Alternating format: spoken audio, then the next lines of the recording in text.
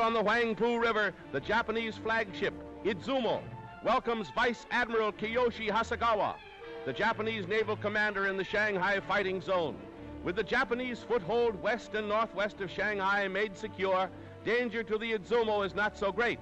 And so invading armada, Hankow bound. There is no let-up in the relentless. Yet despite merciless flagship for a time, bombing, ceaseless air raids, a symphony of destruction that shatters every river town in sight, Nipponese progress is slow. They can only advance to the tune of blasting broadsides.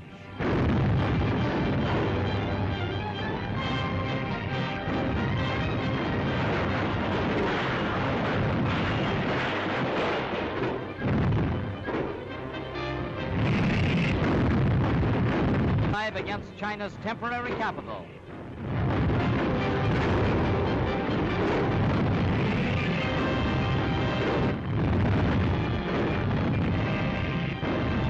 To force the Chinese to retreat or be cut off. Landing parties swarm ashore for a flank attack. The invaders occupy Lion Hill, scene of a desperate Chinese stand. The vital Lunghai Railroad. To open usual scenes filmed under fire, show the hurls a million men into battle. Tanks and guns, the Soviet answer to Japan. By the thousands, new Japanese reinforcements pour into the Tachang salient to cut off the Chinese in Shapei and Chenju. Into its second year, Japan. Their light artillery gets the range and starts its hymn of hate.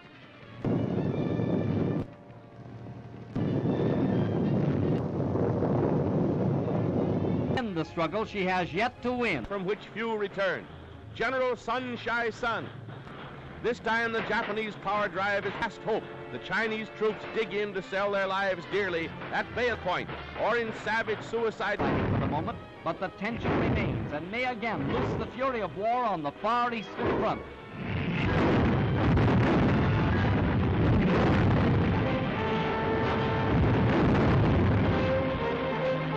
Way for advancing infantry. These unusual. Suchow is aflame, blazing target for the invaders' guns.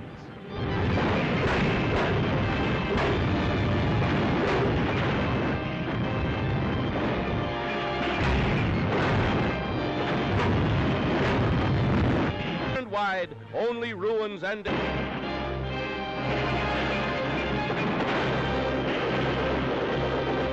Chinese defenders. And another daring but this has stuck touched by Japanese shells and the inner native city is put in an assault.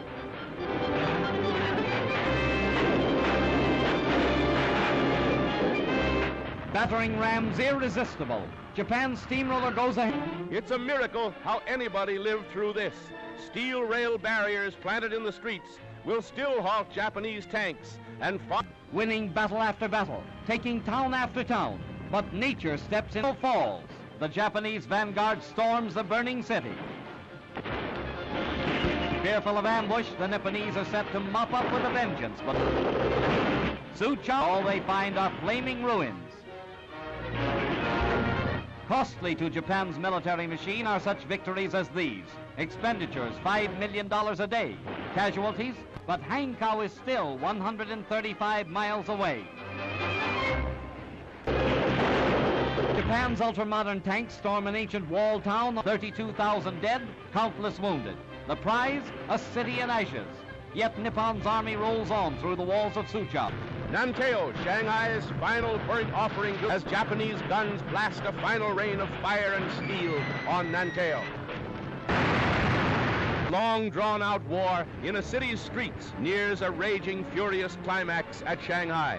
Here, Japanese bombers have set fire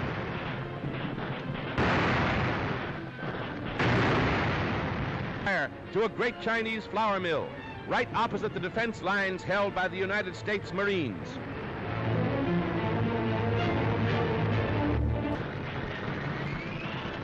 A night of terrible suspense and fear along the Huangpu waterfront and throughout Shanghai. As China's army retires to new positions, determined to fight to the end against the invader, now shouting, "Banzai!"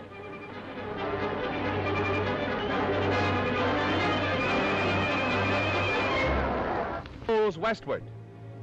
But it has left path of China's 3-month struggle to keep the Japanese from their once revolting picture of ruin and wreckage, or entire sections knocked flat, a waste where once was teeming life, and the Golgotha of China's new freedom. The Japanese army, despite strong protests by foreign representatives, stages a victory parade.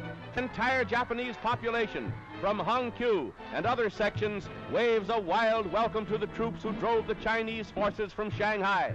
But the Nipponese army isn't forgetting that bomb on Chinese along the route. Its banks engulfs 2,000 villages and halts the Nipponese by forming an impassable inland sea. China's sorrow becomes Japan's sorrow as the river pours through broken dikes, sparing neither friend nor foe. Both sides stop fighting for the moment to battle the menace of this common enemy.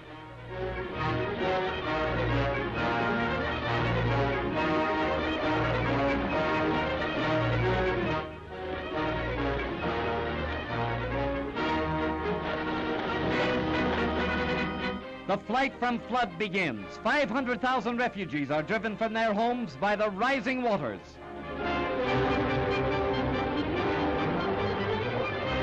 Heartrending is the rescue of a lone survivor whose family has been swept away by the swirling current.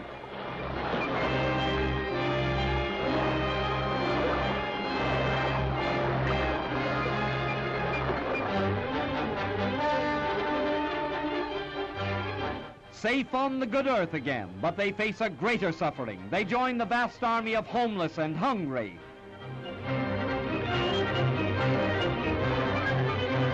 Famine stalks in the wake of flood, the age-old tragedy of ancient China. Here is a picture of human despair, the exodus of those fleeing a land ravaged by war and nature.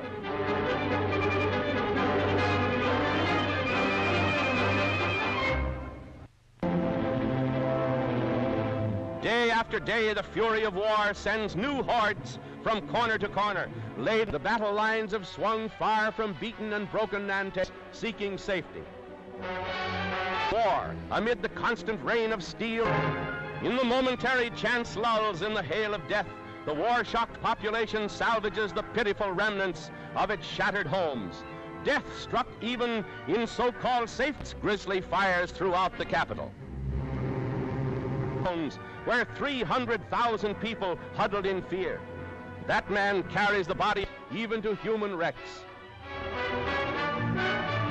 As their dwellings and possessions go up in smoke behind them, an amazing scene of the misery that modern war brings to mankind. But the battle against starvation is just beginning. Several 100,000 Chinese of all ages here in Shanghai alone face a daily struggle against hunger, a battle for bread that knows no quarter and no armistice, a desperate fight for life.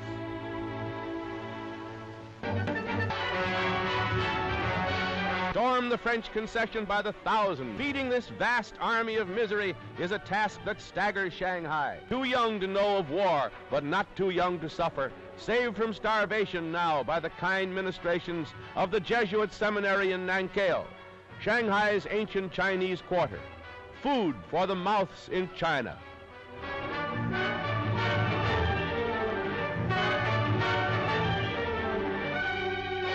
Typical scenes today in war-torn China, but in many places there are no ministering sisters. In many places there is no food. Not only in broken buildings and war casualties does China's costs mount. Refugees by the hundreds of thousands and war waifs crowd Shanghai. These tots, countless numbers of them, inflamed by the daily air, come trained soldiers and fight against the Japanese. Oriental Amazons, ready to die for their native land. Raid killings in their stricken land, these Chinese girls are learning to operate machine guns in the hope that they too can be. An impressive sidelight of this undeclared war in the Orient is the formation of Amazon regiments of young Chinese girls. Fired by patriotism for their stricken country, the girls have volunteered for real military duty. They are rapidly learning the art of war and are crack shots with a rifle. If they ever get into real front-line action, they'll give a good account of themselves.